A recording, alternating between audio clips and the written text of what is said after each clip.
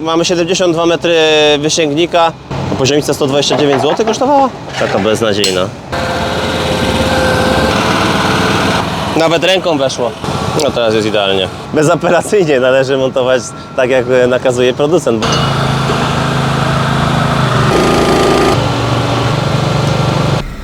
A nie macie za krótkiego tego wysięgnika? A my tak patrzymy, mówimy, ty kurde, rzeczywiście. Breszka. Podstawowe narzędzie pracy moje. Technologa. Aż tak dobrze nie jest. Bolts and machine. Poczekaj, technolog tutaj jest potrzebny. Daj ją tam. Doskonale. Moje kroki są tak naprawdę w dokładności co do 1%, dokładnie 1 metr. Ładnie to zakręciłeś, Maciek, ładnie. Doskonale. I jak do ringu wchodzimy. I to.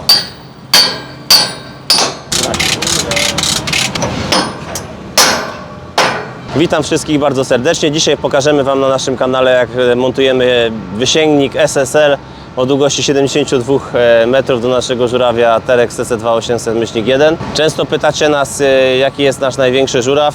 No to akurat jest nasz największy żuraw, mimo tego, że teoretycznie to jest 600-tonowy żuraw, a mamy jeszcze 800-tonowy żuraw, ale tak naprawdę jest to zupełnie inny rodzaj żurawia, bo tam jest teleskopowy, a tu jest kratowy.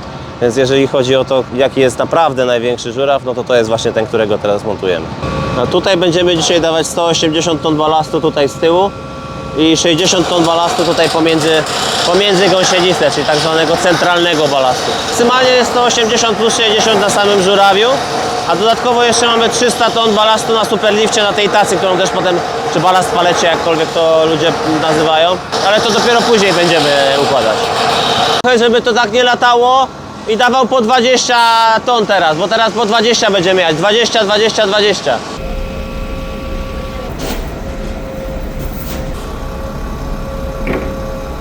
No teraz zakładamy balast centralny. Generalnie nie w każdej wersji jest on wymagalny. Czasami mamy wersję, gdzie mamy 160 ton balastu z tyłu i 0 balastu pomiędzy gąsienicami. No akurat w tej wersji, którą my robimy, mamy mieć pełny, czyli 180 balastu z tyłu i 60 ton balastu pomiędzy gąsienicami.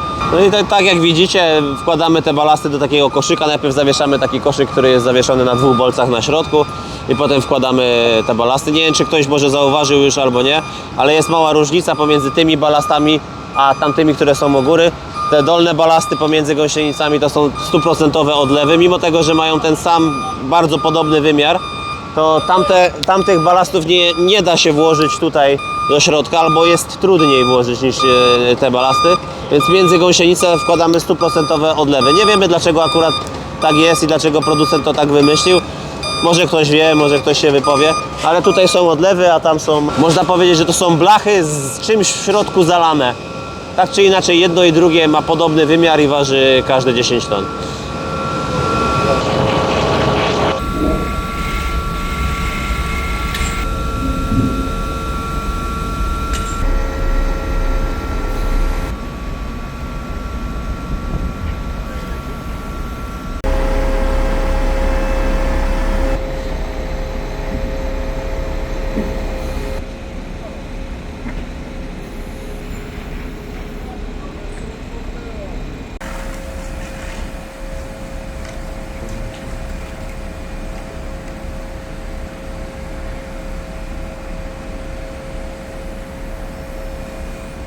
Zaczynamy montować wysięgnik. Mamy kratę startową, mamy 72 metry wysięgnika. Tak myślimy, że chyba zbijemy całości go na ziemi, bo tak chyba będzie nam najwygodniej, bo mamy bardzo fajny tutaj teren.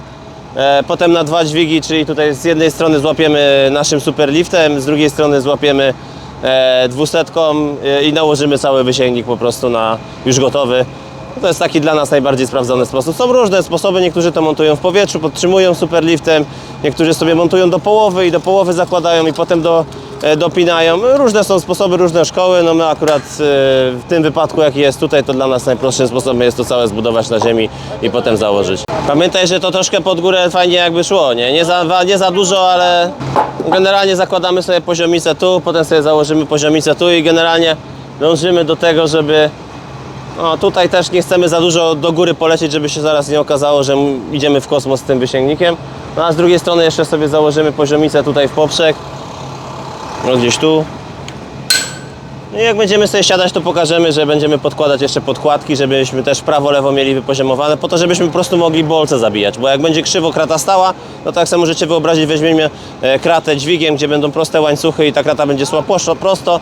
Jak będzie krzywo krata stała na ziemi, no to po prostu będziemy mieć problem, żeby między te tutaj widełki kratą do kraty wjechać i zabolcować. Lekko pod górę może iść, Artur. Fajnie, jakby lekko pod górę troszkę szła. To idzie lekko pod górę, ale lekko. To jeszcze jedną dołóż. Najwyżej wyjmiemy. Gdyby to było krzywo, to byśmy mieli problem z najechaniem na kolejną kratę. Mamy tutaj kolejną kratę, gdzie mamy bardzo mało miejsca, żeby tutaj pomiędzy te widełki wpasować się. Jakby to było krzywo, to byśmy mieli, za każdym razem byśmy się po prostu klinowali. Mielibyśmy trudno w tym wjechać. Wtedy najlepiej, no różne patenty są. Niektórzy robią tak, że skracają troszeczkę łańcuchy albo przekręcają, żeby ta krata na łańcuchach na dźwigu szła trochę krzywo. No ale to budowanie czegoś na krzywo i łatanie jakimi półśrodkami, no to nie jest za bardzo dobry sposób. Lepiej sobie to zrobić na początku dobrze i mieć potem święty spokój. Potem już idzie szybko. No jak widać, to jest robota, przy której się nie da za bardzo przygonić. Trzeba sobie 2-3 razy pomierzyć, przymierzyć, sprawdzić.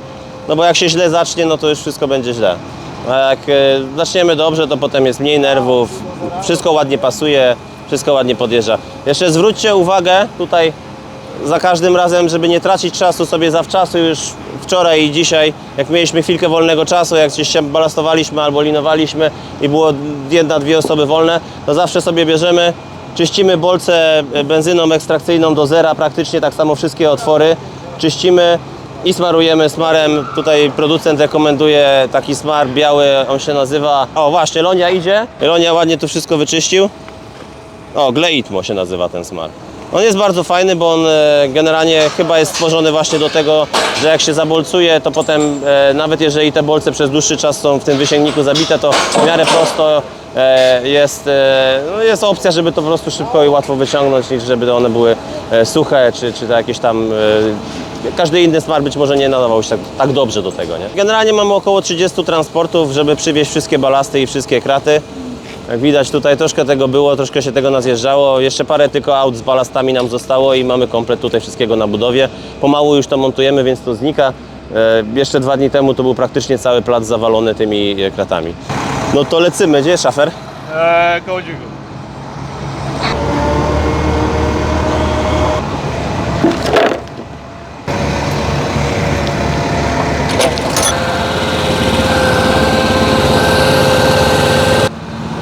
Teraz sobie zabolcujemy kolejną kratę.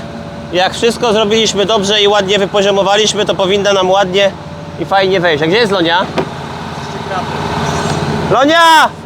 Chodź już tu do nas! Tomasiek, ja będę na dole. Ty se pójdź do góry. Tak. Poczekaj, Artur.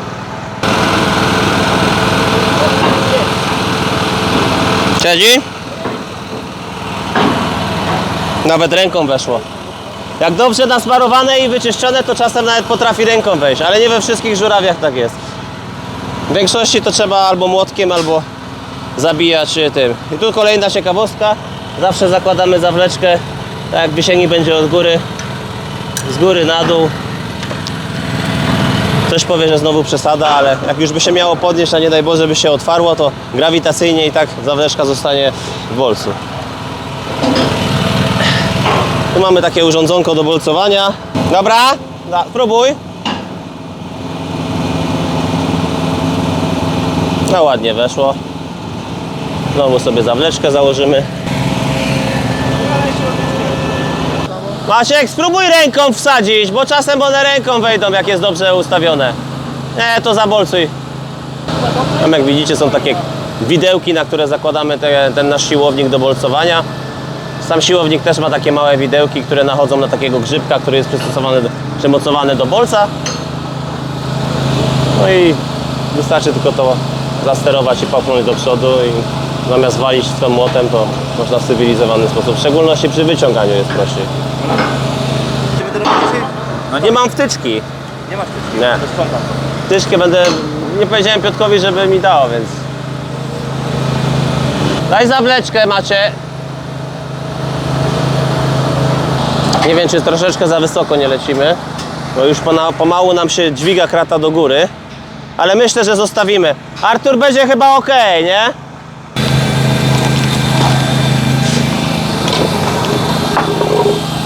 Tak, bo troszeczkę już szło za bardzo do góry. Generalnie czasami zostawiamy podparte wszędzie, żeby tylko kolejne, ale też jest wtedy więcej troszeczkę ganiania z tymi szwelami. Tak, póki jeszcze mamy dosyć lekki wysięgnik, to sobie lekko zadrzemy jeszcze do góry. Potem już nie, bo potem już to jest za duży ciężar.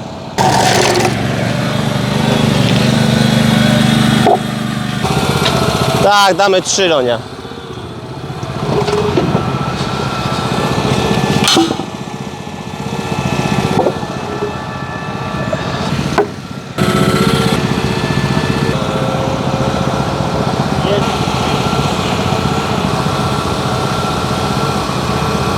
No teraz jest idealnie. No generalnie tak jak jest narysowane w instrukcji, tak musimy zapinać. Czyli mamy kratę 7.2 i krata 7.2 to jest numer taki 27 24 20 01. No i kolejna krata to jest tutaj 6-metrowa i ona ma 7.3 numerek z gwiazdką. 7.3 numerek to jest 27 24 20 01, takich szukamy i no, są powybijane na takich plakietkach. No to jest tutaj 27 24 20 01. No i ta idzie następna. No to bezoperacyjnie należy montować tak, jak nakazuje producent, bo ktoś to kiedyś policzył. Te kraty też w pewnym sensie różnią się grubością, akurat w demagu, różnią się grubością ścianki na rurach, bo niektóre mogą być dwie takie same, na przykład dwie kraty 6-metrowe, które wyglądają identycznie, ale mają różną wagę. Tutaj też jest waga wybita na tej tabliczce. No to oznacza, że jeżeli są takie same, a mają różną wagę, to oznacza, że po prostu mają różną grubość ścianki, więc ktoś, kto liczył statykę dla tego żurawia, pewnie przyjął za takie, a nie inne założenia. Też ten wysięgnik musi mieć środek ciężkości, jak się go zbuduje w odpowiednim miejscu, żeby ten dźwig, no, że tak powiem, to wszystko dobrze przeliczał. Więc no, na pewno trzeba to robić tak jak jest to w instrukcji. Mamy takie rolki, jakbyś tam pokazał, za tamtą kratą. I te rolki są podczepiane do tej ostatniej kraty. Jako że ta sama krata jeździ bez tych rolek, można też i z rolkami, ale jeździ raczej bez rolek. Że musimy te rolki na sam koniec podczepić. A żeby je podczepić, to musimy sobie już zawczasu troszeczkę do góry tą kratą jechać, żebyśmy mieli miejsca. Aczkolwiek możemy również zrobić tak, że nie zamontujemy ich w ogóle, tylko podniesiemy już gotowy, zmontowany wysięgnik do góry i wtedy sobie je zamontujemy. Więc jakby szkoły są dwie, a zobaczymy, jak nam wyjdzie.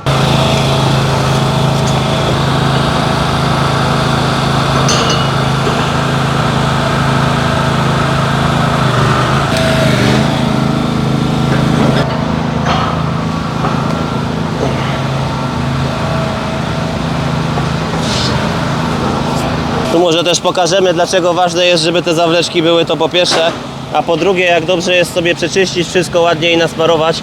Zobaczcie, jak te bolce chodzą, ja go w stanie jestem teraz ręką nawet ruszyć, obkręcić, jak jest ładnie wyczyszczone, nasmarowane. Nie we wszystkich, tak jak wcześniej mówiłem, żurawiach to będzie. W Liebherrach, z tego co chyba wiem, to dosyć tak ostro wchodzą. W 800 nasze, jak bijemy też tak ratę, to te bolce też dosyć ostro wchodzą, trzeba je młotkiem dosyć ostro traktować. No sądzę, że chyba Faun 220 najlepszy żuraw. Pod kątem takiej praktyczności, takiej przyjazności, bezawaryjności chyba najlepszy żuraw, można powiedzieć. Aczkolwiek pod kątem żurawi gąsienicowych to ten żuraw, dlatego że on jest po prostu bardzo prostym żurawiem. On nie ma Vario Superlifta, jakichś siłowników do podciągania, aczkolwiek jest to fajny bajer. Natomiast jest to proste. Jest kolejna rzecz, która się powiedzmy nie zepsuje.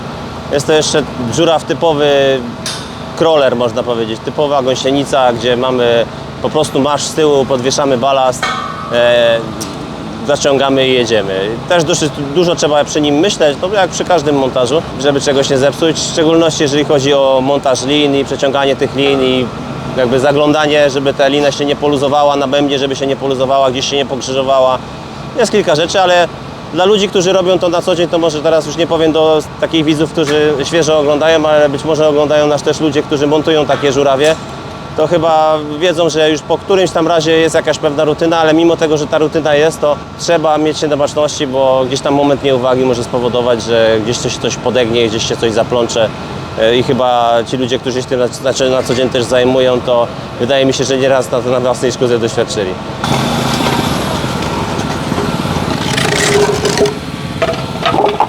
Myślę, że 3 będzie ok. Wydaje, że tu jest spadek, że 2 skleje tutaj na pewno. Ile? Ze 2, nie? No, dawaj.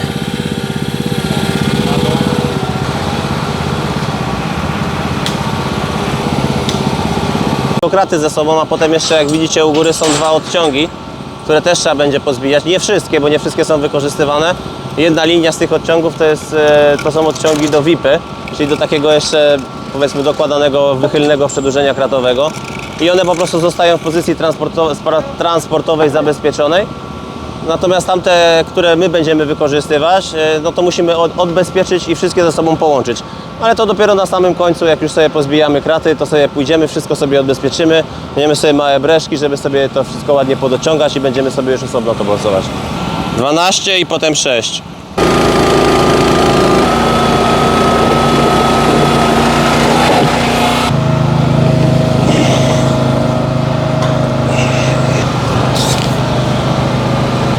No dobra, on się wciśnie, Maciek. A jak teraz?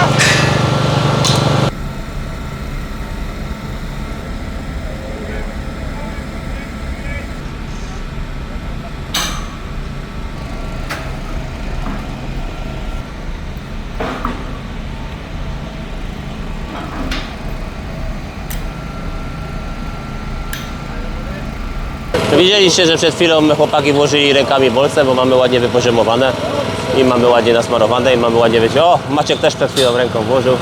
Chłopaki po prostu zjedli pizzę przed chwilą, mają tyle siły, że nie potrzebujemy tego siłownika. Jak zauważyliście, to co tam już jest zmontowane, to nie służy do podnoszenia, tylko służy do tego, żeby trzymało ten wysięgnik. A mieliśmy kiedyś taką sytuację, że ktoś przyszedł do nas i jak zmontowaliśmy Superlifta, przyszedł do nas i mówi: a nie macie za krótkiego tego wysięgnika? A my tak patrzymy, mówimy: ty kurde, rzeczywiście. Jaki? 7,5 to jest 17,02. Czyli ta. Chcesz breszkę? Jak potem ci dam breszkę, żebyś sobie mógł je połączyć, nie? Małą breszkę. Breszka. Podstawowe narzędzie pracy moje. Technologa. Maciek, tych nie! Na pierwszej kracie tylko, od tej kraty, bo tu się łapiemy. I tak samo tutaj od spodu te bolczyki małe, nie? Teraz już możesz je rozblokować. Tutaj te powyciągaj transportowe, wiesz? Od razu. Transportowe dlatego, że podczas transportu nie chcemy, żeby ten odciąg tam wypadł, więc jest zabezpieczony. To jest raz, a dwa, czasami niektóre odciągi się po prostu zostawia do pracy na wysięgniku i się ich nie używa. I też, żeby one nikomu na głowę nie spadły, no to muszą być zabezpieczone. Są zabezpieczone bolcem z jednej strony i taką obejmą, takim półksiężycem, no widać po drugiej stronie. O, tu jest fajna szmata. Hup! Ale to już ci podam. No nie chciałbym dostać tego w mry. No to ostatnia krata z tej pozycji i potem się musimy przestawiać niestety. Będziemy musieli żurawia przestawić, tak. Część ściągniemy, zostawimy mu tylko jakby część balastu. Nie lubimy jeździć z pełnym balastem, chyba że jakaś tam powiedzmy setka, 130 to jeszcze jakoś tam 40 ton balastu. Znaczy to nie jest tak, że się nie powinno jeździć. No, niektórzy jeżdżą, jeżeli robisz to zgodnie z instrukcją i zgodnie z tym, co producent mówi, to nie ma w tym nic złego. No, oprócz tego, że zawieszenie i opony i wszystko troszeczkę dostaje mocniej po tyłku, ale nie ma w tym nic złego. No, tyle złego, że można sobie troszeczkę bardziej żurawia zużyć i tyle. No, jeżeli to się robi z głową i dobrze, no to nie ma w tym nic złego. Są takie firmy, które w ogóle takiego czegoś nawet nie dopuszczają. No, nigdy w życiu by z balastami nie przejechały. No po prostu szanują tak bardzo sprzęt aż do tego stopnia, że nie będą jeździć z balastami. No my też szanujemy sprzęt, ale też szanujemy swój czas. Im szybciej to zrobimy, tym lepiej dla nas. To jest jedna, z drugiej strony mamy tutaj piękny, mocny plac, sprawdzony. Nie ma problemu, żeby sobie nie przejechać tutaj z balastami, więc możemy spokojnie przejeżdżać. Jest okej. Troszkę na dół jeszcze. O! No dawaj, Lonia. No patrz, zeszłem i od razu.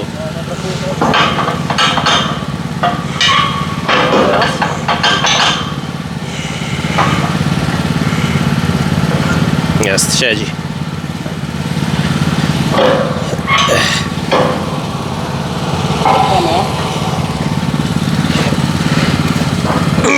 Aż tak dobrze nie jest. Aż tak dobrze, że jeszcze nie jest. Prawie weszło. Daj. Bolts and machine.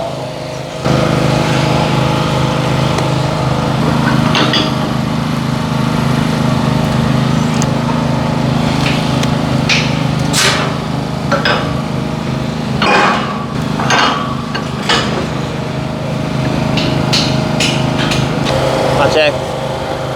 Maciek.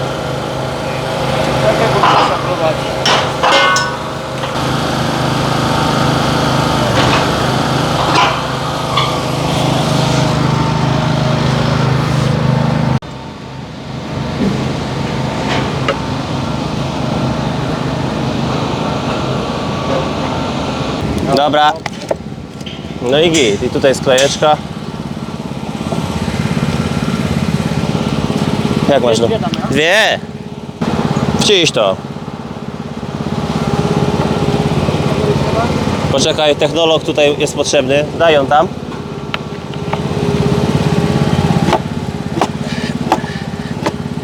Doskonale.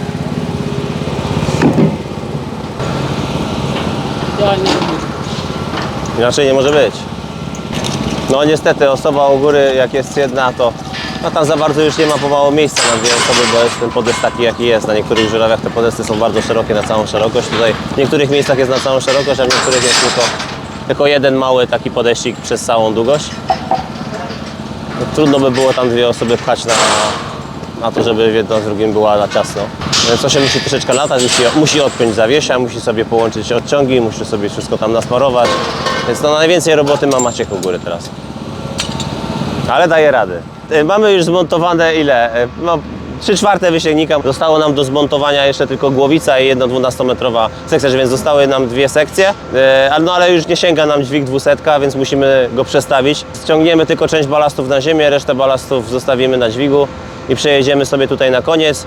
Dobijemy jeszcze dwie kratki, chyba sobie to podozbrajamy dzisiaj tylko jeszcze i tak naprawdę to chyba na dzisiaj już będzie wszystko. Dobra, no to teoretycznie dzisiaj byliśmy tutaj od 7 rano. Udało nam się rozłożyć wszystkie maty. Mieliśmy już żurawia z superliftem podpiętym i trochę balastu założone.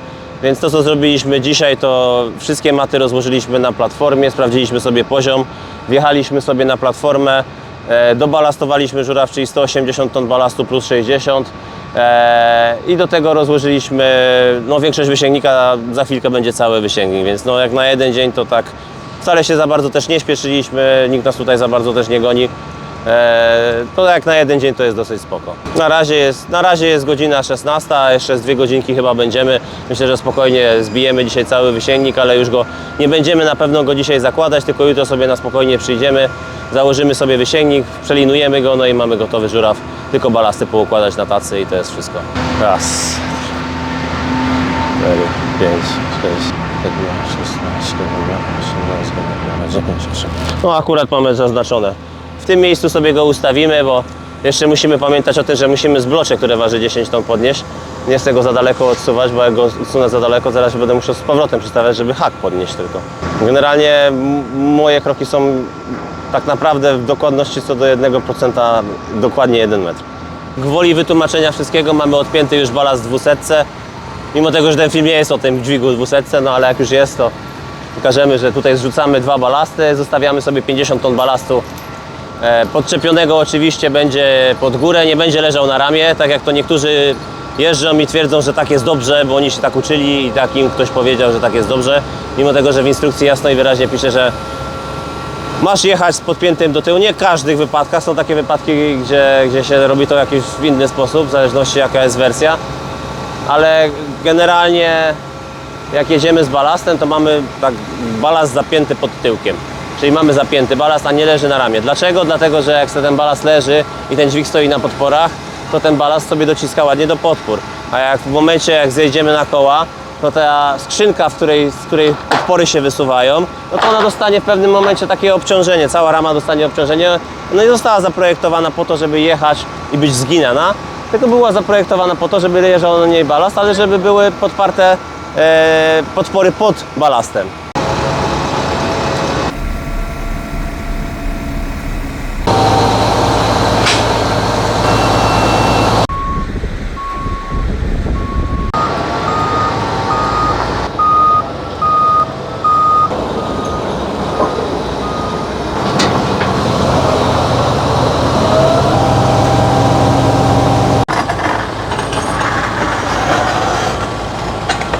Dobrze ma, Artur.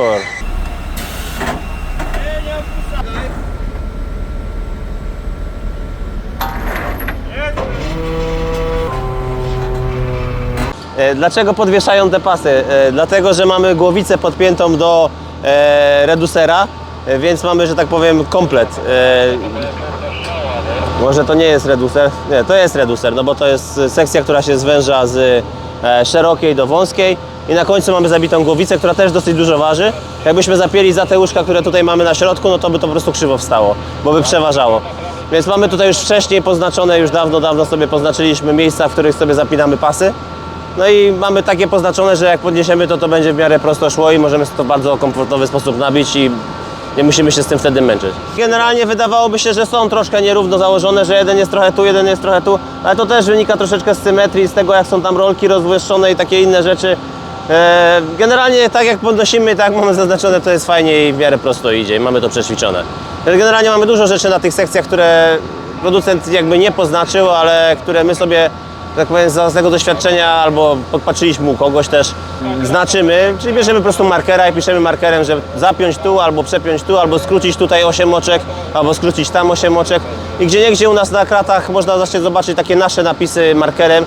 I to są takie rzeczy, które potem się nie zastanawiamy, tylko skracamy. Nie musimy tego ćwiczyć, powtarzać, tylko od razu wiemy, jak to mamy zrobić i się nie zastanawiamy. Sama głowa, bez liny. Tak jest, tak jest, tak jest. Jedziemy śmiało do góry i będziemy obracać ją dookoła.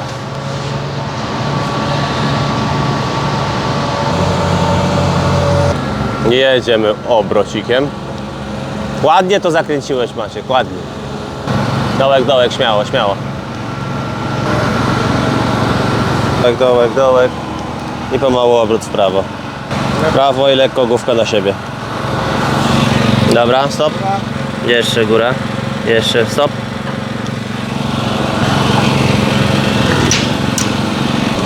Góra, góra, góra, góra, góra, góra, góra, góra, góra, góra, góra, góra, góra, góra, góra, góra, góra, stop.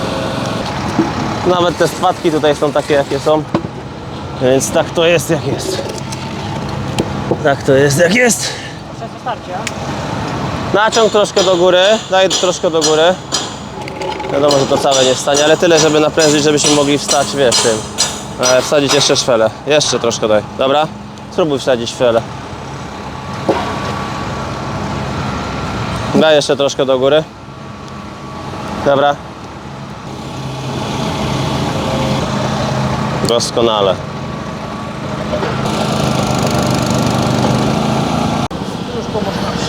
Można już to przetaśmować, dokładnie. Jak pan się zapyta na szkoleniu, to trzeba powiedzieć kategorycznie, że najpierw wyznaczamy strefę.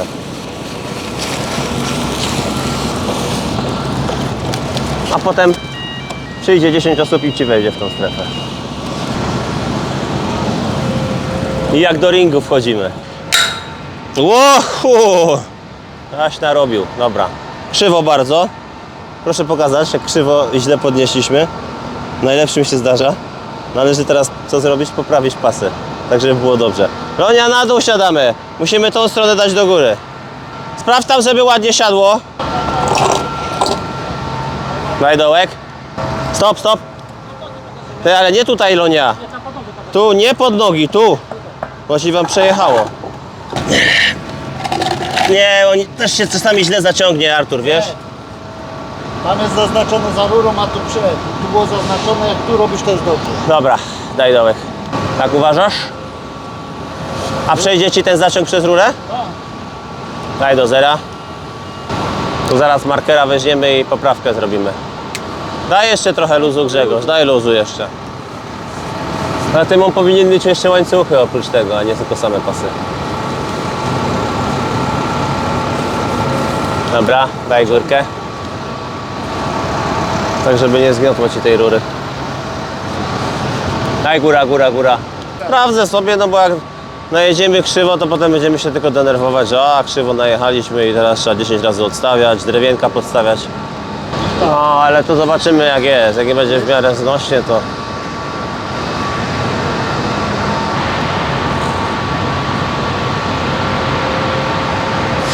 Dobra, damy radę. Dawaj góra.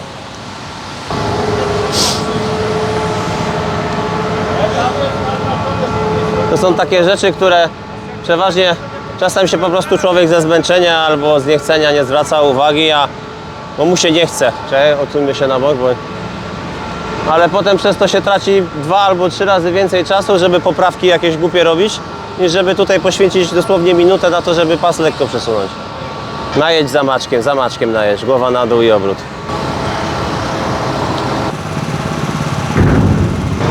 Dobra, jedziemy linka na dół. Dobra, główka na siebie, linka na dół. Dobra, spoko, elegancko. Bo zaraz ci wyszczeli, weź ręce, bo jest naprężone do góry. Za bardzo. Dobra, okej, lekko obrotem w prawo cyknij. Lonia, poruszaj tym prawo, lewo troszkę, żeby to się luzu nabrało trochę.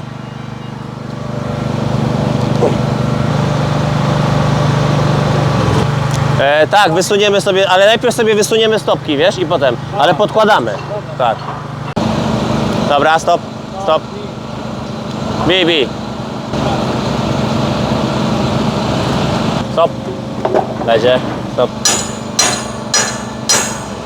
Zawleczki pozakładaj, Maciek.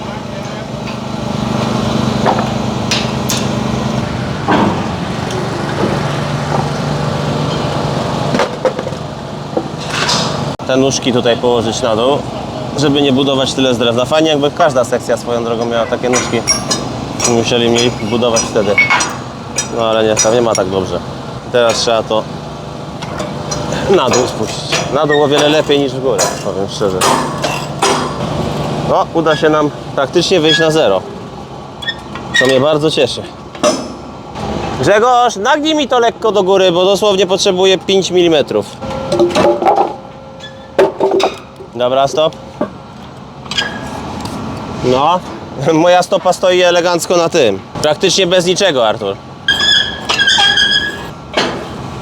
Macie? No to siadaj. No rzadko się zdarza, że akurat wycelujemy idealnie co do, można powiedzieć, centymetra nogami, ale to czysty fart, można powiedzieć. Roleczki, tak zwane roller sety. Czyli po prostu taki głowica z rolkami, którą tutaj teraz musimy nabić. Schafermacher. To już sobie możemy odłączyć.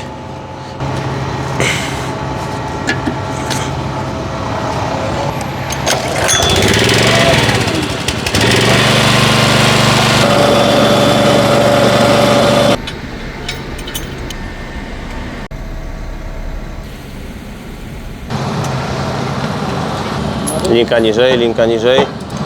Linka niżej, linka jeszcze niżej. Stop, stop. Dobra, wolę, powolcuj.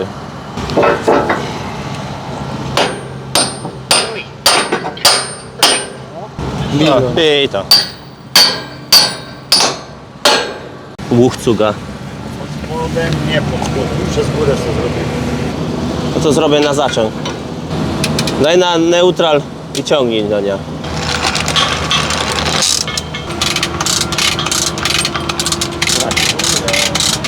Na styk braknie.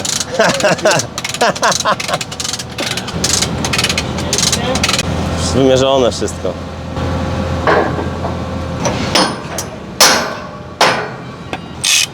Dobra. Teraz do pamięci łańcucha. To takie siedzenie to wiesz.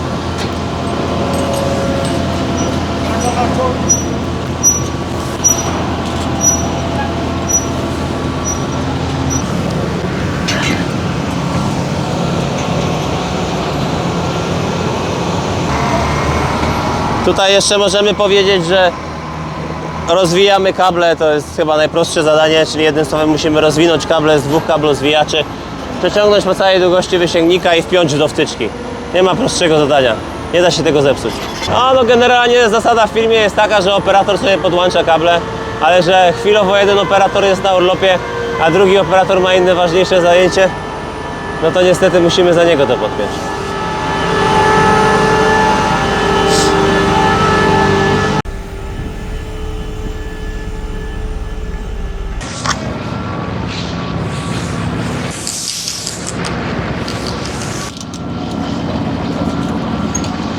Strom. Jak się nie napnie, to się go trytytką złapie. Strom. I krak. No sobie złapiemy jakimiś trytytkami trochę to. Nie wiem, czy nie postawić tej wtyczki do góry, przez co będzie więcej luzu. Nie. Woda. Ta będzie patrzeć w niebo, czyli może nabierać. Nie, to jest hermetyczna wtyczka, nie przejmuj. Nawet lepiej jest tak, bo zobacz jak fajnie idzie. A tamtej nie jesteś w stanie jeknąć jeszcze? Nie, bo nie Nie nawiniesz? Musiałbym pełny obrót zrobić i będzie w cholerę. Dobra, nie ma różnicy. Widzisz? Bo to Dobra, będę za bardzo za bardzo napierał na wtyczkę. będę za Tak, bardzo i- napinał. Tylko za mało. Będzie git. Da się. Włączy tryb pieniądze, nie mamy.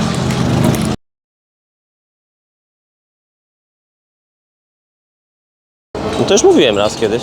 Jestem brudny? Na ryju? Nie bardziej niż zwykle. Nie bardziej niż zwykle.